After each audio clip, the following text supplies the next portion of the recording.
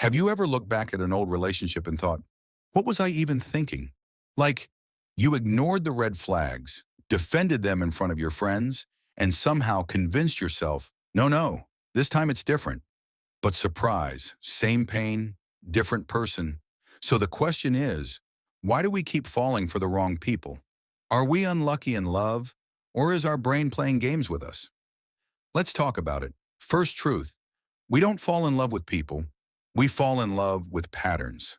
And most of the time, those patterns are old, very old. Think about your childhood, the kind of attention you got, the love you missed, the validation you craved. Your brain quietly stores all of that like a playlist. Later in life, when someone feels familiar, the brain goes, oh, this feels like home.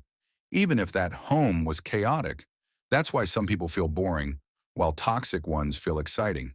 Peace feels unfamiliar. Drama feels normal. Your brain isn't looking for happiness, it's looking for what it knows. Here's a funny but painful example. You meet someone who replies late, gives mixed signals, disappears for days. Your friends say, this person is not interested. But your brain says, no, I like the chase. What you're actually chasing is validation. You're trying to win the love you once didn't get. Another big reason we fall for the wrong people is potential addiction. We don't love who they are. We love who they could become. You don't date the person, you date the future version you created in your head. You say things like, they're not bad, they're just confused. Or, once they heal, they'll change. Congratulations, you just turned yourself into a free therapist with emotional investment. And let's be honest, effort feels romantic. The harder it is, the more valuable it feels. If love comes easy, the brain thinks, is this even real?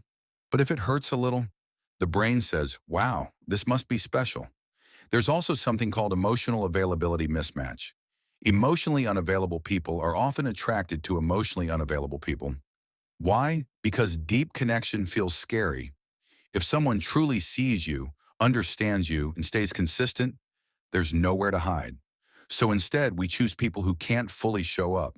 That way, if it fails, we can say, at least I tried.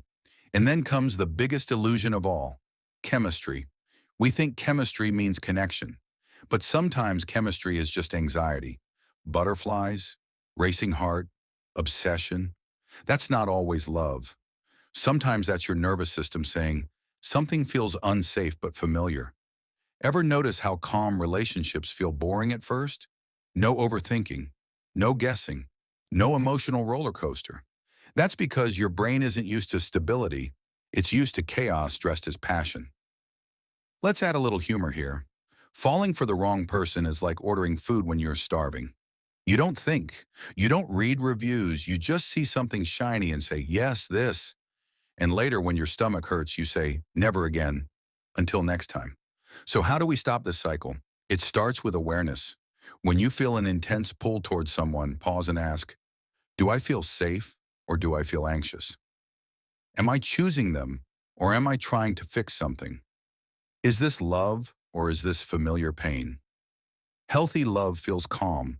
It doesn't make you beg, chase, or lose yourself. It doesn't confuse you more than it comforts you. Falling for the wrong people doesn't mean you're broken. It means you're human. Your brain is just trying to protect old wounds in the wrong way. And the moment you stop chasing what hurts, you make space for what heals. So next time you feel yourself falling too fast, remember, love isn't supposed to feel like a test you're failing. It's supposed to feel like a place you can finally rest. If this video made you think of someone or yourself, you're not alone. And maybe, just maybe, the next person you choose will be different. Because you are different now.